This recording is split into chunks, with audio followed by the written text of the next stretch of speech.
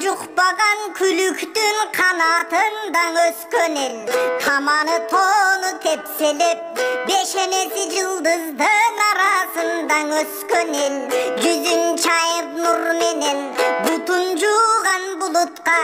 миң ооруга шыпа деп магдырашкан кымызга